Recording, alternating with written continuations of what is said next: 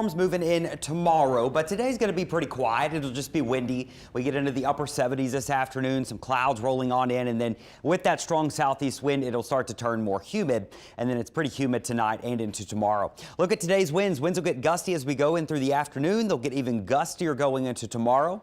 That is ahead of our storm system, and then our storm system will bring that threat for severe weather mainly later in the afternoon and into the evening. So almost a guarantee you see rainfall at some point tomorrow. It just looks most likely the closer we get into the evening hours. That threat for severe weather, it is certainly there, and it's one of our rare occurrences for us to get a level 4 out of 5, but that just shows you as you go further up the scale, you're just more likely to see severe weather, and parts of our area are under that level 4. Other parts are under the level 3. I'll talk more about that in a second, but let me time it out for you and give you an idea on when you could see some storms tomorrow. This is tomorrow morning around 8 a.m. Mostly quiet in the morning, but there could be 1 or 2 showers or storms trying to pop up during the morning and early afternoon.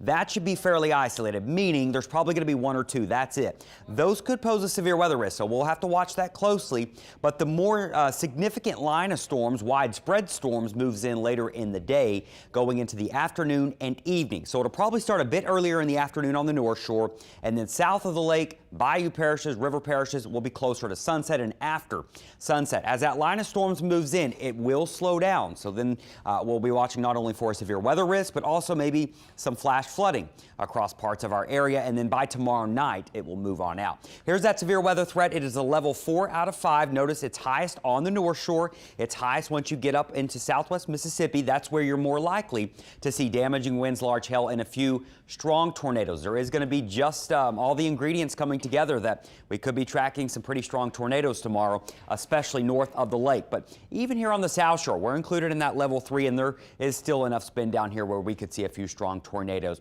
So remember, when we talk about these scales of 1 to 5, it's pretty common for our area to be in the 1 and 2 range. That usually just means limited organized severe weather. There's maybe going to be 1 or 2 strong storms. Now, as you get in the level 3, you start to get more of a concentration of severe weather, and then once you start to get in the 4 and 5, that's much more significant. You start getting widespread severe storms. Some intense storms are certainly possible tomorrow. And we don't have a high risk, but that's when you start getting into those severe weather outbreaks, those tornado outbreaks. So for tomorrow, part of our area, especially north of the lake, is here. South of the lake, we're probably going to see some severe thunderstorms, but it looks like it's a little bit more likely on the North Shore. So our main concern tomorrow is going to be for tornadoes. It's at the high category, damaging winds at medium, and then large hail and some flooding. That's certainly possible as well. So there is a flood watch for the North Shore, but everyone needs to watch for some street flooding.